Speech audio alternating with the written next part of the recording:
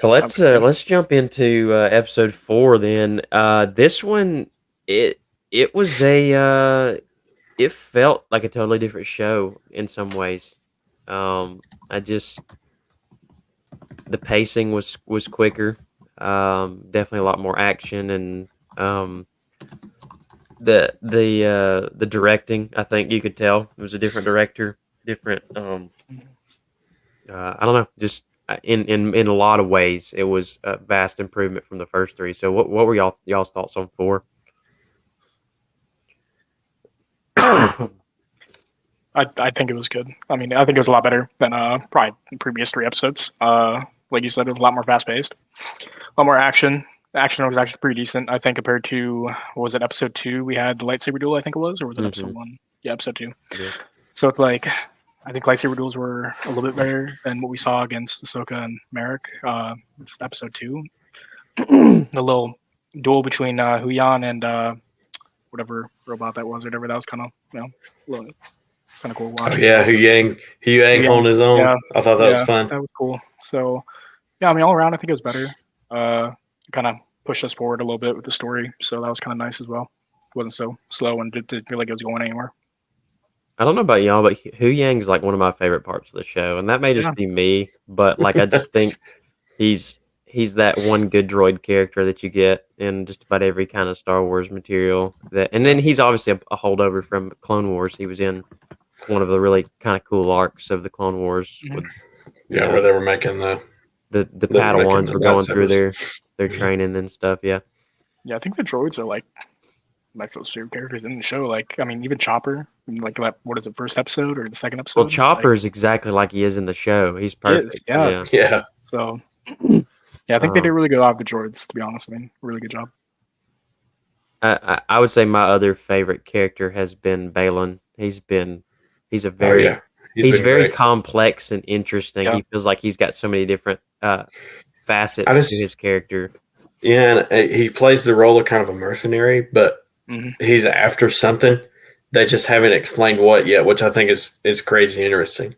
yeah, Yeah, he's helping Thrawn to find Thrawn so that they can, I guess he talks about you have to destroy to create and all that. And that's I can't remember who that quote comes from. It's some famous dictator probably yeah, in actual history, um but the idea behind it is that obviously, and I think he's asked by Ahsoka, like, why do you want, or maybe it's his Padawan, why do you want to bring Thrawn back? And his answer is something along the lines of, power or something, power more than he can imagine or something. But it Yeah, will be more than you interesting can to imagine. see, yeah, like what is his main motivation other than just I got paid to do this, because he's obviously got like Right. a lot of respect for the Jedi.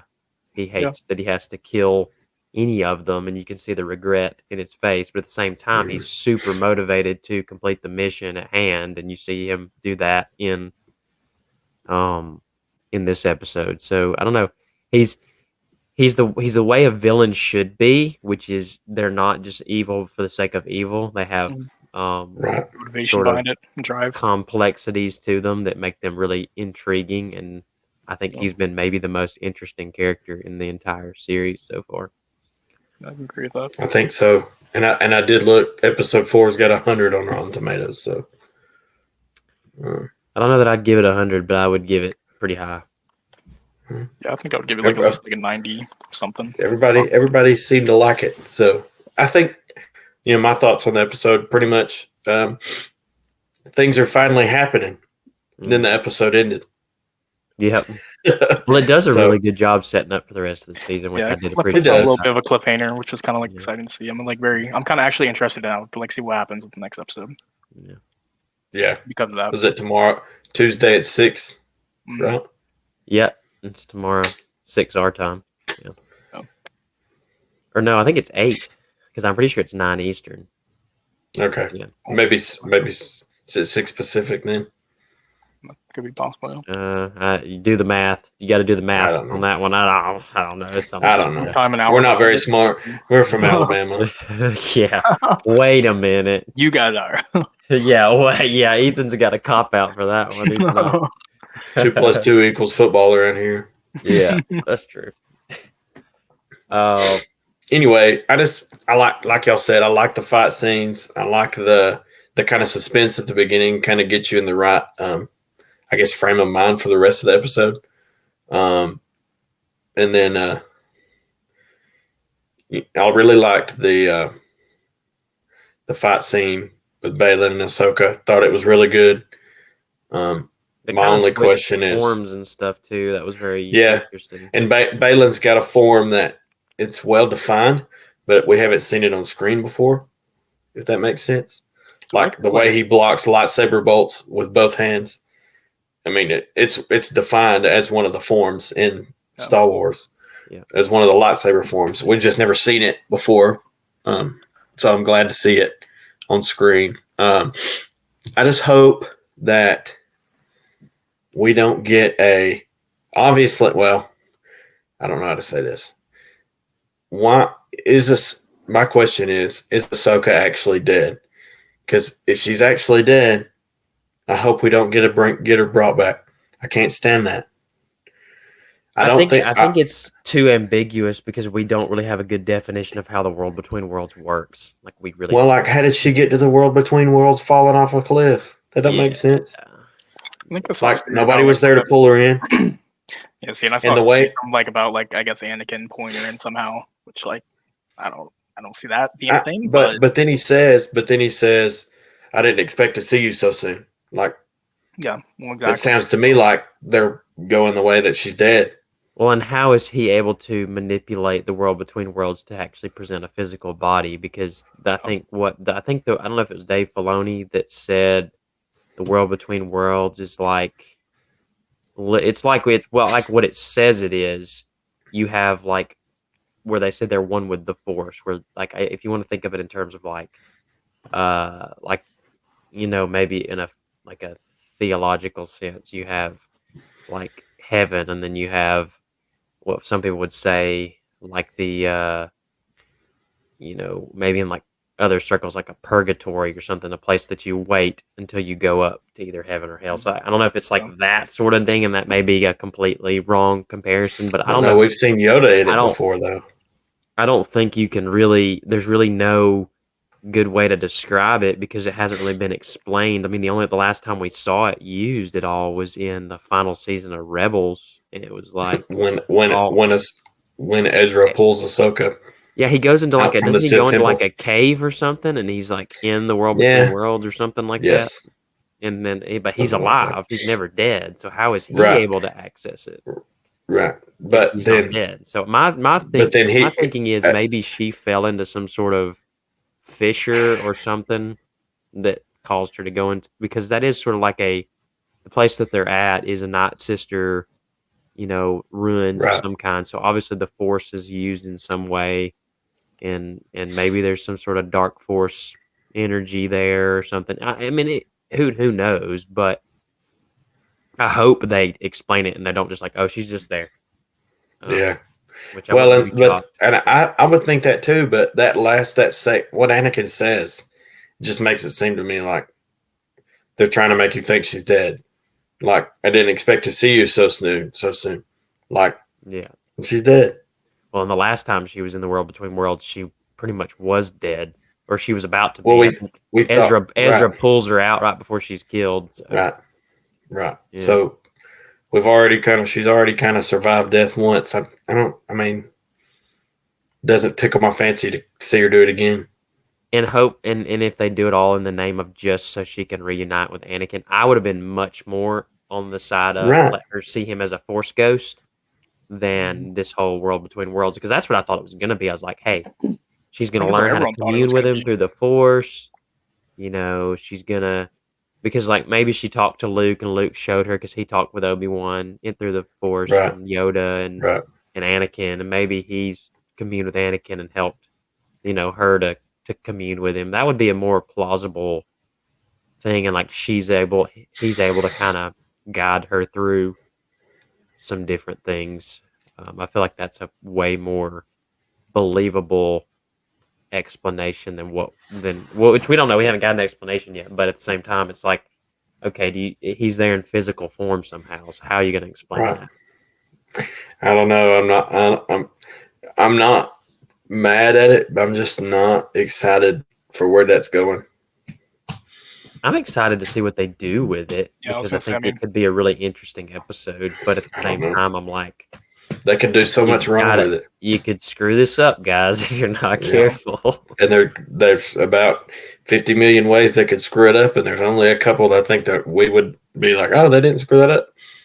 oh, But in Dave Filoni's defense, if anyone could pull one of those two ways off, he would be one of the only ones that could do it. Yeah, but if you like you talking, you've kind of lost faith in him. So I don't I know have how to lost feel about it. some. I still think he's capable of doing it because I still don't know that there's many more people that know as much as he does outside of George Lucas about the ins and outs Yeah, of Star Wars. But that doesn't mean he can't be influenced by other people at Disney or Lucasfilm or whatever to do definitely. dumber things. But or I am maybe he's got his hands tied with it where they just don't let him do certain things. what I'm most interested to see is if Ezra is still there, which I assume he will be. Is he with Thrawn? Is he not? If he is he captured? Like, is he imprisoned by Thrawn, or just I'm I don't interested to know how see. Thrawn would be able to imprison him though, because like at the end of Rebels, it's just them two on the Star Destroyer, right? So As it's like right, but how's Thrawn going to how? overpower him? He's got the Force, I, unless I he's don't think. unconscious. I think it's implied that it's just them two, but I think they're going to end up using. There was some crew left or something, crew or stormtroopers or something. Because like, you think them two are just going to go out there and survive in an unknown galaxy for this many years? Probably not. Just them two.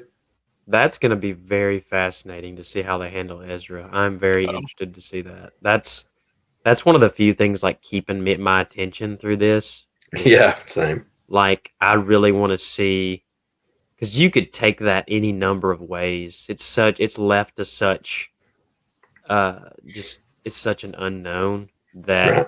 you could I mean it could be that okay maybe when they were launched through space the Star Destroyer broke apart and they were separated in these different planets or parts of the galaxy and maybe he's just living on some planet scraping by with no way to get off and that would be kind of cool if like hypothetically Hera I mean, and if them are he, able to go and they it would are be, wrecked on a planet and they discover Ezra and that would be kind of yeah, cool way to it would end it. be, it would be cool to see his, because they could use that easily to say like, he's been here, kind of trapped in solitude, but he's been like communing with Kanan and all these Jedi masters, and now he's considered or at least a Jedi Knight, not just a Padawan or something. So that's interesting too. Yeah. And but that timeline is totally separate from what we have, in the Disney timeline. I still think that's in play here. Like Mhm. there's a chance for a totally different timeline of events that's not capped by Episode 7. Yep. I think another interesting thing to consider too is the fact that like how's Ahsoka because she falls off the cliff and they don't ever show like if she go into the water does like we talked about she go into some sort of fissure where she's just in the world between worlds and like I won't be shocked if they use the world between worlds to because they've already established Balin destroys the map and so theoretically no one should be able to follow them to that location. Now, my theory to that is they're going to follow the Pergil probably, because they Yeah, I say think that's how they somebody's going to end tracked up it. following him. But also with Ahsoka, is she going to find a way in the world between worlds to travel there, like through the world between worlds, and maybe she links up with Ezra through that, or because we know Ezra has a connection to the world between worlds somehow. But I think like Hera and them are probably whoever it is they're gonna use the Pergil probably to get there. That's gonna be the. And they kind of hint at that earlier when they're like, "Yeah, we tracked the Pergil and they're mating, whatever they called it to see where we need to go or whatever." But that's gonna be interesting. to see where they go with that. Oh, and another thing, like, where the heck is Zeb in all of this? Like, Yeah, we know where Zeb's at. Yeah, he's well, but like He's on that. Captain What planet is Tiva that? shows up, who he Yeah. was with in Mando season 3, and he's not there. I was like, Yeah. when they showed all those fighters, I was like, oh, he's gonna be there. Then no, he wasn't. I I think he's probably think not I going to make an think appearance in this, to be honest, though. I don't Get a know feeling. if he does. I think it would be if they came back with Ezra. I think Yeah. that's if he's gonna make an appearance. I think that's when. I also saw another theory. So there's a in the Star Wars Rebels, right? The scene with Ahsoka and Sabine in the Very end. mural. Yeah. Right. Yeah. I've seen some theories that that came after this show. And if you've noticed, Ahsoka's been wearing a gray cloak the whole time. In this show. Yeah. And now she's in the world between worlds. So I've heard some people speculating and kind of throwing the theory out there that it kind of she could kind of come back as like a Gandalf the White kind of situation. Mm-hmm. Come back in white robes, and because people are like, oh well, they recreated that scene, that was the scene, but no, in the scene, like all the stuff behind it, like a lot of the buildings were destroyed still, and the mural was not as pristine as it was in the Rebels scene.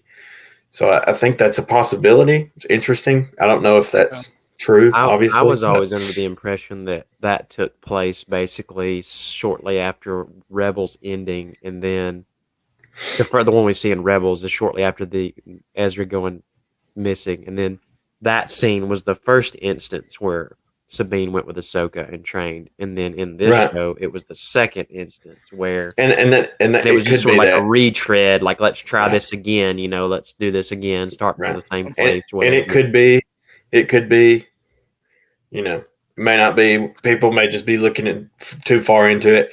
I just think it's interesting. It's an interesting theory. I mean, it could make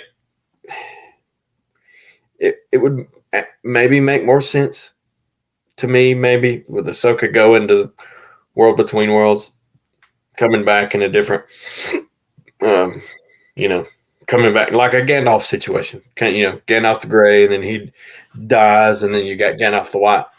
So, I don't know. It's interesting. It's a possibility.